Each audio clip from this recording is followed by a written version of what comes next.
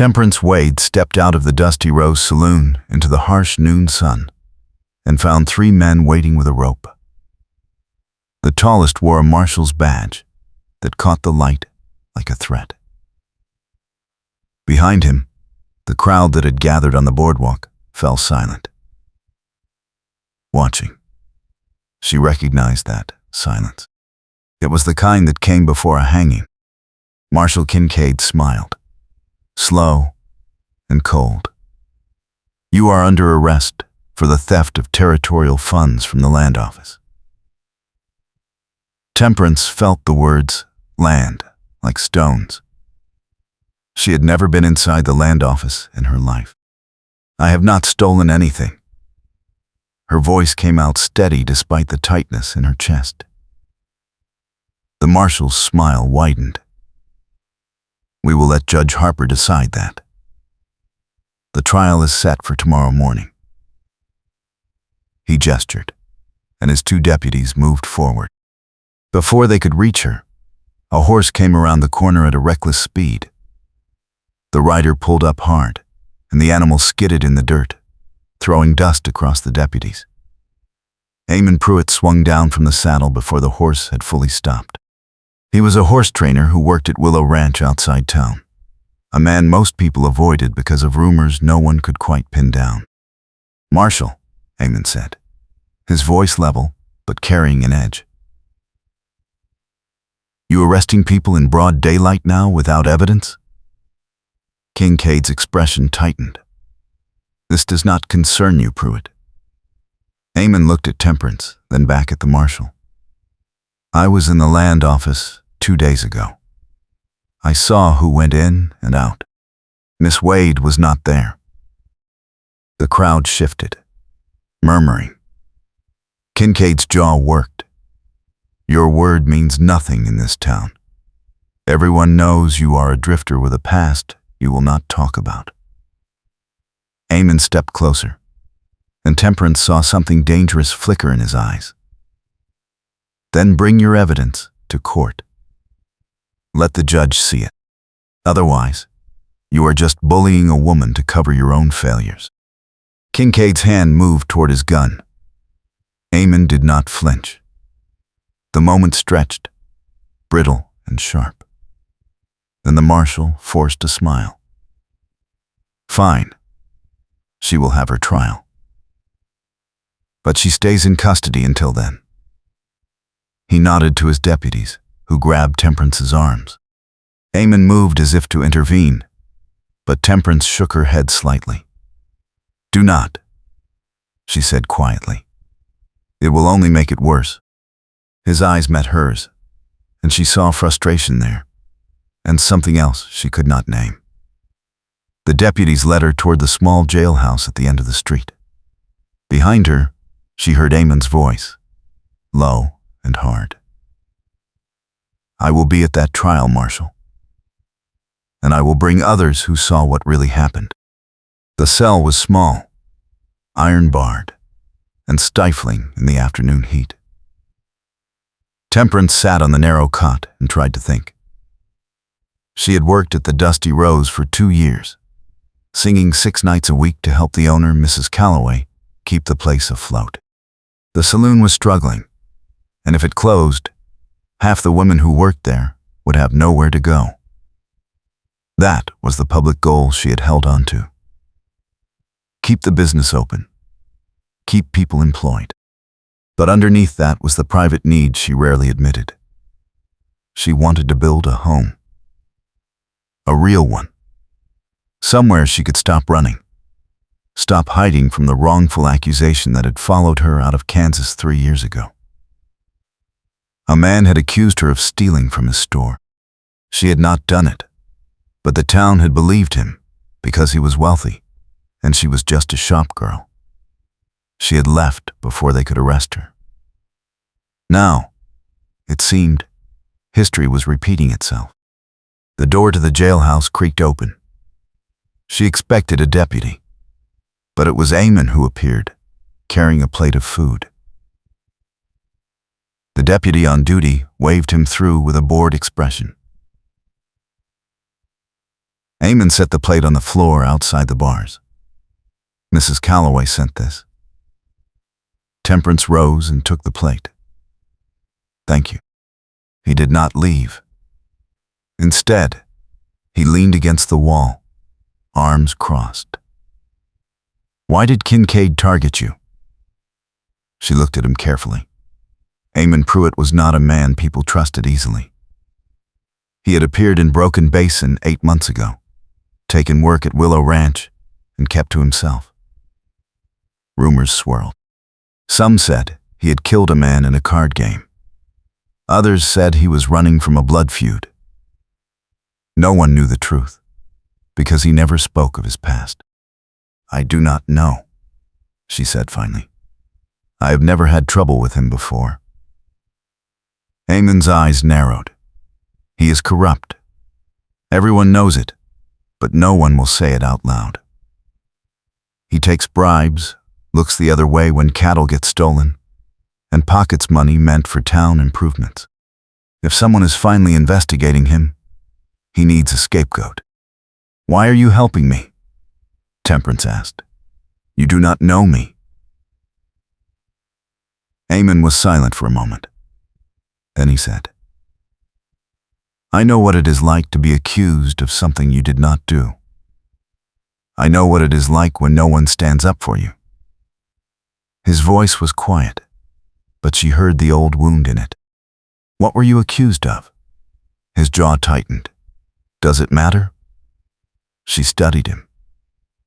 Maybe it does. He pushed off the wall. I will find people who can testify tomorrow. People who saw you at the saloon when the theft happened. People who saw Kincaid near the land office. He turned to go. Eamon. He stopped. Why do you stay here if everyone mistrusts you? He looked back at her, and for a moment, his expression was raw. Because I am tired of running. And because maybe, just once, I can do something that matters. He left before she could respond. Temperance sat back on the cot, the food untouched. She thought about what he had said. Tired of running. She understood that bone-deep weariness. She also understood the contradiction he carried. He rode into town like a man with no fear, defended her in front of an armed marshal. And yet he was careful, almost guarded, when it came to anything personal. That night, the saloon buzzed with gossip. Temperance could hear it faintly through the jailhouse walls. By morning, everyone in Broken Basin would have an opinion. Some would believe the marshal. Others would wonder. A few might even speak up. But in a town this small, scandal spread faster than truth. And once a reputation was stained, it rarely came clean. The next morning, the courtroom was packed. Judge Harper presided, an older man with a reputation for fairness, but also for following the letter of the law. Temperance stood at the wooden rail, her hands steady despite the fear coiling in her stomach. Kincaid sat at the prosecutor's table, looking confident. Eamon sat in the front row of the gallery, his gaze fixed on her. Marshal Kincaid stood and presented his case. Territorial funds were stolen from the land office safe 2 nights ago. The lock was picked, and the money was gone by morning. I have a witness who saw Miss Wade near the land office that evening. He called a man named Sykes, a drifter who worked odd jobs around town. Sykes took the stand and swore he had seen Temperance by the land office just after sunset. Temperance's lawyer, a young man named Daniels who had been appointed that morning, stood. Did you see Miss Wade enter the land office? Sykes hesitated. No, but she was close by, and she looked nervous. Daniels pressed. How close? Across the street? Next door? Sykes shifted. Maybe 50 feet away. But she was looking at it. Daniels turned to the judge. 50 feet away and looking at a building is not evidence of theft, Your Honor. Judge Harper nodded. Noted. Anything else, Marshal? Kincaid smiled. I have the lock that was picked. It requires skill. Miss Wade worked in a hardware store back in Kansas before she came here. She would know how to pick a lock. The courtroom murmured. Temperance felt the weight of old accusations pressing down. She saw the judge's expression shift slightly. Then, Amon stood. Your Honor, I have something to say. Judge Harper frowned. You are not a lawyer, Mr. Pruitt. Amon walked forward. I am a witness. I was at the land office the day before the theft. I saw Marshal Kincaid there after hours, alone. The building was supposed to be locked, but he had a key. Kincaid surged to his feet. That is a lie. Amon did not look at him. He kept his eyes on the judge. I also saw him leave with a saddlebag that looked heavy. He rode toward the ridge outside town. If you send someone to search his property, I would wager you find that money. The courtroom erupted. Judge Harper banged his gavel. Order! Kincaid's face had gone red. This man is a known criminal. He killed a man in cold blood in Colorado. Amon went very still. Temperance saw the muscle in his jaw tighten. When he spoke, his voice was quiet, but carried through the room. I was accused of killing a man in Colorado. I was never tried, because the real killer confessed 2 weeks later. By then, I had already left town, because no one would hire me, and half the people there wanted me dead. He turned to face the crowd. I came here to start over. I have stayed out of trouble. I have worked honest jobs. And I am telling the truth now. Marshal Kincaid is corrupt, and he is framing Miss Wade to cover his own theft. Judge Harper stared at him for a long moment. Then he looked at Kincaid. Marshal, do you have any objection to a search of your property? Kincaid's expression was furious, but he was trapped. He could not refuse without looking guilty. Fine, he spat. Search it. You will find nothing. The judge nodded. This trial is recessed until the search is completed. Miss Wade will remain in custody. Court is adjourned. Temperance was led back to the cell. An hour later, Amon appeared again. This time, the deputy led him inside the cell.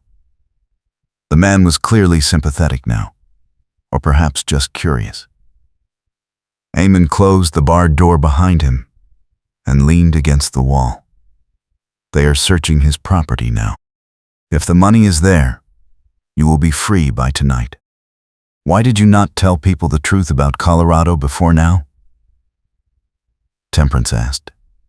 He looked at her, and she saw weariness in his eyes. Because no one would have believed me. They still might not. Once people decide who you are, it is hard to change their minds. She understood that truth too well. What will you do if they find the money? She asked. He shrugged. Keep working at the ranch, I suppose. Keep my head down. She stepped closer. You just stood up in a courtroom and accused a corrupt marshal. You cannot keep your head down after that. He met her eyes. Maybe. But it was worth it. She felt something shift in her chest. A warmth that had nothing to do with the stifling heat of the cell. Why? Because you did not deserve what was happening to you, Amon said quietly. And because I have spent 3 years watching innocent people get hurt while I stayed silent. I am done being silent. His voice was raw. And Temperance realized this moment mattered to him in ways that went far beyond her case. "What happened in Colorado?" she asked softly. He looked away. "A man was killed in a card game. I was at the table. So were 3 other men. The killer panicked and ran. The marshal decided I looked guilty because I had come to town recently and no one knew me. They arrested me, and I sat in a cell for 5 days while people outside talked about hanging me. Then the real killer's brother turned him in, and they let me go. By then, my name was ruined." "I am sorry," Temperance said. He shook his head. "It taught me something. It taught me that fear makes people cruel, and that once they decide you are guilty, the truth does not matter much." She understood that lesson too. "That is why you stayed to help me." He nodded. "And because when I saw you on that boardwalk, standing there while Kincaid threatened you, you did not beg. You did not cry. You just looked him in the eye. I have not seen that kind of courage in a long time." She felt her throat tighten. "I was terrified." "I know," he said. "But you did not let him see it. That matters." They stood in the small cell, the afternoon light slanting through the bars, and Temperance felt the space between them change. It was no longer just a horse trainer helping a woman in trouble. It was something deeper, something built on shared wounds, and the decision to stand when it would have been easier to run. The door to the jailhouse opened, and the deputy called out. They found it. They found the money in Kincaid's barn, hidden in a grain sack. Judge wants everyone back in court. Heyman stepped back, and the moment broke. But the warmth in his eyes remained. The courtroom was even more crowded the second time. Kincaid stood in shackles, his face a mask of fury. Judge Harper addressed the room. The territorial funds have been recovered from Marshal Kincaid's property. In light of this evidence, all charges against Miss Temperance Wade are dismissed. Furthermore, Marshal Kincaid is remanded to territorial custody, pending trial for theft and false accusation. The crowd erupted in noise. Some cheered. Others looked shocked. Temperance felt the weight lift from her shoulders, but she also knew this was not truly over. A scandal like this would follow Kincaid, but it would follow her too. People would remember she had been accused, even if she was innocent. That was how it worked. She walked out of the courtroom into the late afternoon sun. Eamon was waiting by his horse. The crowd parted for her, some nodding in acknowledgement, others whispering. She stopped in front of him. "Thank you," he nodded. "What will you do now?" "I will go back to the saloon," she said. "Mrs. Calloway needs me, and we are barely keeping the doors open as it is." He studied her. "Is that what you want? To keep singing there?" She hesitated. "What I want does not matter much. I need the work." He was quiet for a moment. Then he said, "I am leaving Broken Basin." There was a stillness in the words, and Temperance felt something cold settle in her chest. "When?" "In 2 days. The ranch owner offered me work at his other property in Montana. It is good pay, and it is far enough away that no one there will have heard the rumors." She understood. He was doing what he had always done, moving before the town could turn on him. It made sense. It was smart. But it hurt in a way she had not expected. "I see." She forced her voice to stay level. "That is a good opportunity." He looked at her, and she saw conflict in his eyes. Come with me. The words hung in the air between them. Temperance stared at him. What? Come with me to Montana. Leave this place. Leave the scandal. The gossip. The people who will always remember you were accused. Start over. I cannot, she said. The words came out automatically. A defense against hope. Mrs. Calloway depends on me. The women at the saloon depend on me. I cannot just leave. He stepped closer. They will manage. People always do. But you deserve more than scraping by in a town that just tried to hang you. You deserve a chance to build something that is yours. She wanted to say yes. She wanted it so badly it frightened her. But old fears rose up. What if this is a mistake? What if I leave and it falls apart? What if people in Montana find out about the accusations and I am right back where I started? He reached out and took her hand. Then we face it together. You will not be alone this time. Temperance felt tears prick her eyes. Why are you doing this? Why do you care? His voice was rough. Because for 3 years, I have been afraid to care about anything. I have kept moving, kept my distance, kept telling myself it was safer that way. And then I saw you standing on that boardwalk, and I realized I was tired of being afraid. I am done running away from things that matter. I am afraid, she whispered.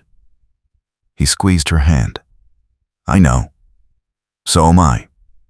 But I would rather be afraid with you than safe and alone. The words broke something open in her chest. She thought about the life she had been living. The small room above the saloon. The late nights singing for men who barely listened. The constant worry about money, about safety, about the next accusation. She thought about the home she wanted to build, the life she had been too afraid to reach for. I will come with you, she said. But I need to tell Mrs. Calloway. I need to say goodbye properly.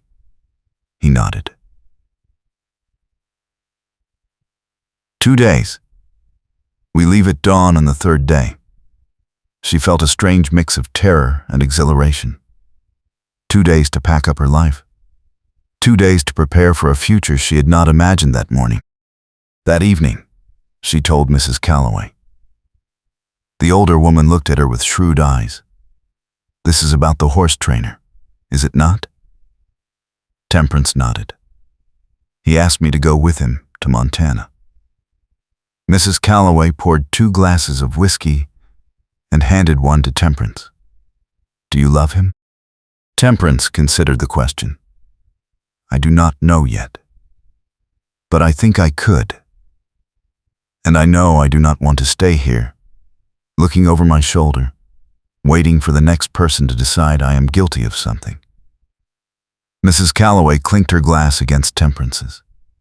Then go. Life is too short to spend it afraid. The next 2 days passed in a blur.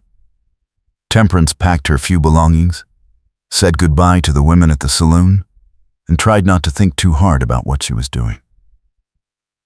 Eamon came by each evening, helping her prepare, bringing news about the ranch in Montana, making plans. They were careful with each other, polite, almost formal. But underneath, the current ran strong. On the morning of the 3rd day, Temperance stood on the train platform with a single trunk. The sky was pale with dawn, and the air was cool. Eamon was already there, his horse loaded into the stock car. He saw her and smiled, and she felt something settle in her chest. Relief, certainty, hope. They boarded the train together. As it pulled away from Broken Basin, Temperance looked out the window at the town receding into the distance. She thought about the wrongful accusation that had driven her here, the years of fear and hiding, the belief that she did not deserve safety or happiness. She thought about Eamon, who had risked his own fragile peace to stand up for her, who had offered her not just escape, but partnership. The train picked up speed, and the desert landscape opened up before them. Eamon sat beside her, his hand covering hers on the seat. She looked at him, this man who was reckless in danger but careful with love, who carried his own wounds but had chosen to fight for her anyway. "Montana," he said quietly. "A new start." She nodded. Together. The journey north took 3 days. They talked during the long hours, sharing stories they had kept hidden. Eamon told her about growing up in Missouri, about learning to train horses from his father, about the card game in Colorado that had changed everything.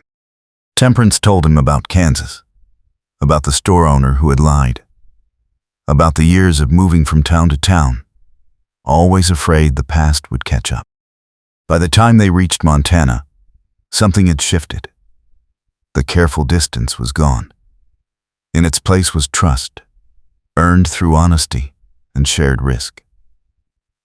The ranch was larger than Temperance had expected, sprawling across a valley with mountains in the distance. The owner, a man named Carson, greeted them warmly. He had heard what happened in Broken Basin. He respected Eamon for standing up to corruption. Carson offered Eamon a position as head horse trainer. He also offered Temperance work managing the ranch accounts, a job that paid well and came with a small cabin on the property.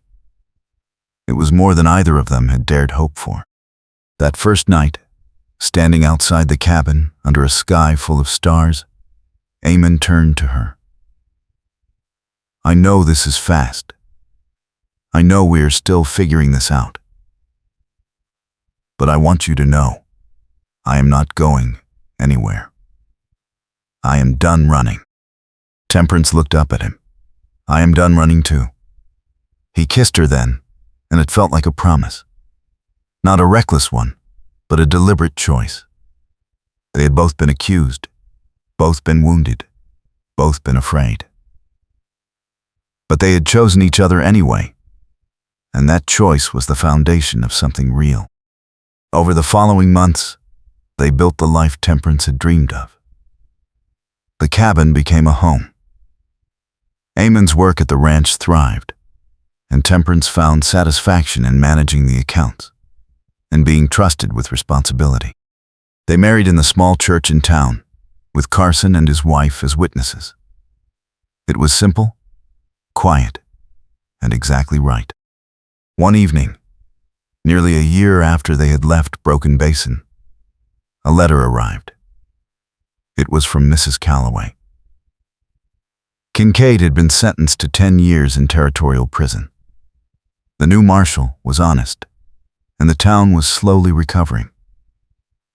The Dusty Rose was still open, thriving even.